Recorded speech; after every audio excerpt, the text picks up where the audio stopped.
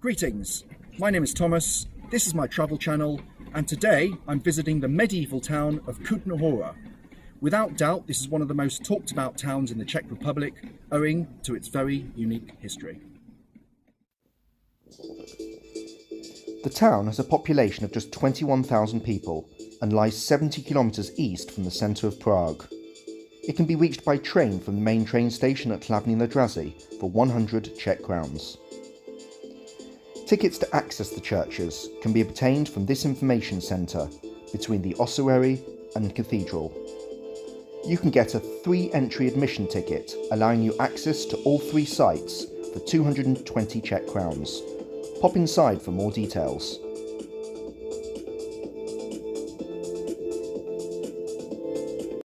Don't forget that when arriving to Kutna Hora there are 2 train stations. There's Hlavní na Draze main train station, which is in fact out of town, and it's from here that you're just moments away from the Sedlec Ossuary, the Bones Church.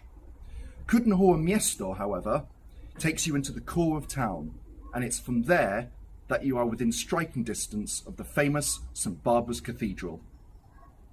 The Sedlec Ossuary deserves the utmost respect.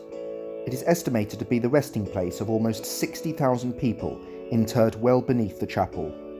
Thus, this is a place for giving reverence over a simple tourist attraction, in spite of how it may seem when arriving. Currently, there is some ongoing restoration on the building. Besides an agreeable entrance fee of just 90 Czech crowns, donations are warmly appreciated. So why has this spot become so important? And how can a place providing holy sanctuary be perceived as somewhere quite macabre and haunty? We're here to find out why. Why?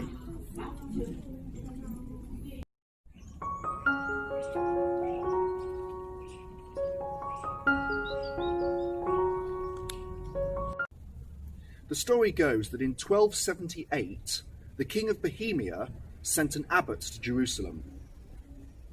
On his return, he brought back a jar of soil from the Golgotha, the site of Jesus' crucifixion, and sprinkled it on the area around this church here.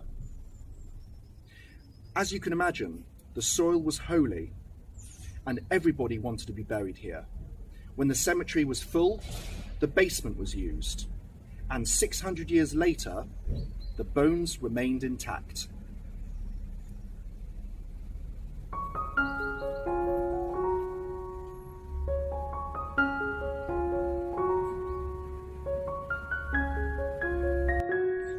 And can you guess where they ended up? Here, by virtue of a woodcarving 1870, who ordered them in the way you see them today. In the past, visitors have been known to touch, move, and even kiss the skulls before posting them on the internet. As a result, since the beginning of 2020, photography and filming inside is strictly forbidden unless special permission has been granted. But what was the designer's primary purpose, and what message did he want to give the clergy and denizens of Kutna Hora? That's for you to fathom. Once the sites reopen, however, come and light a candle, make a donation, contemplate a little of the long-standing history, and regardless of your faith, pay respects to a place that really stands out as a pilgrimage and a historical wonder. Also, don't forget to pay a visit to the UNESCO Cathedral of Assumption, close to the ossuary. It marks the heart of the Cistercian creations and should not be missed. Making contributions besides the entrance fee is always appreciated, given the fact there are not grants or extra funds. After the rise of the pandemic, times are tough.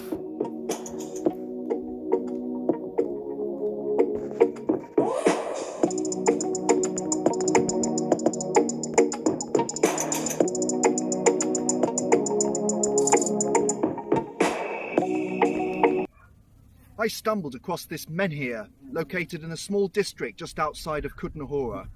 Surprisingly, it was only erected as late as 2012 in order to add harmony and energy to the surrounding countryside.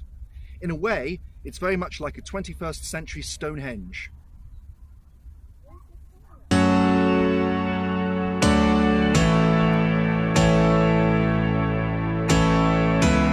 There are some very rich churches here, dating back from the 13th to the 17th century, thus making this spot an ideal place to come to witness Gothic-style architecture.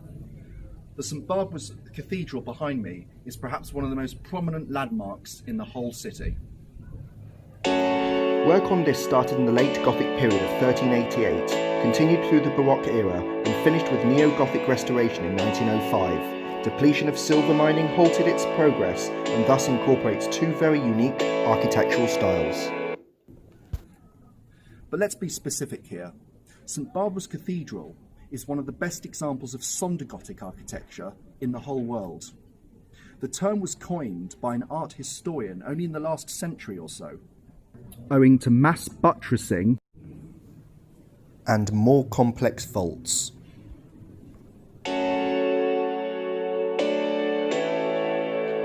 Other notable buildings include St James's Church with its 86-metre high tower.